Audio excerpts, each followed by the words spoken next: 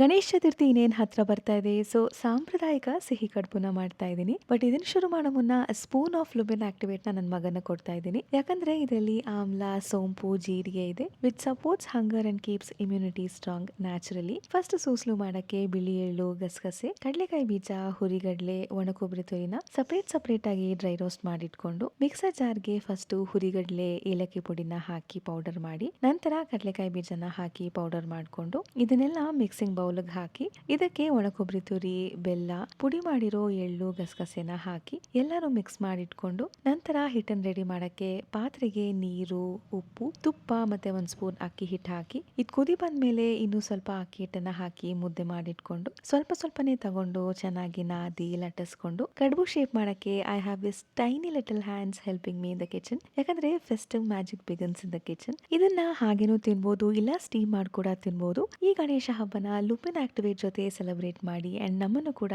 Tag ಮಾಡಿ. Interesting recipes ಇದೆ with AME's nutritionist. ಅಷ್ಟೇ ಅಲ್ಲ, tips and hacks around nutrition for kids.